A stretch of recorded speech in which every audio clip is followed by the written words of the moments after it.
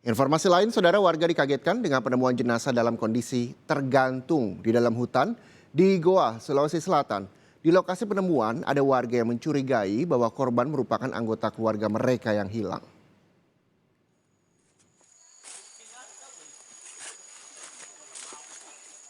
Setelah menerima laporan temuan jenazah tanpa identitas dalam kondisi tergantung di Kelurahan Timbuseng, Kecamatan Bonto Maranu, Kabupaten Goa, aparat Polres Goa bersama tim Dokpol Bidokes Polda Sulsel langsung mendatangi lokasi. Petugas langsung memasang garis polisi agar warga tidak mendekat. Dengan hati-hati, polisi memindahkan jasad ke dalam kantong jenazah. Saat ditemukan, jenazah dalam kondisi tergantung.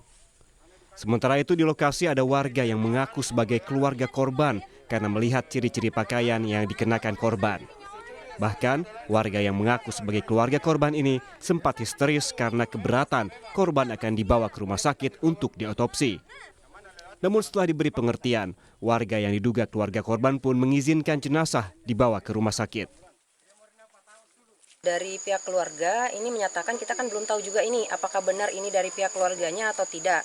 Cuman ada dari seorang warga yang menginformasikan bahwasannya ada salah seorang dari keluarganya atau saudaranya yang sudah hilang 1 bulan 4 hari setelah bulan puasa.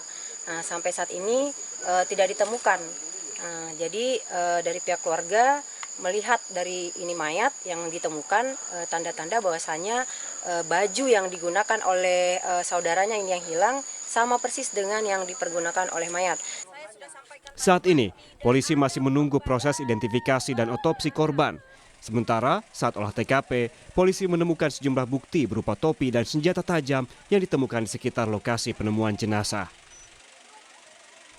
Asis, Kompas TV, Goa, Sulawesi Selatan.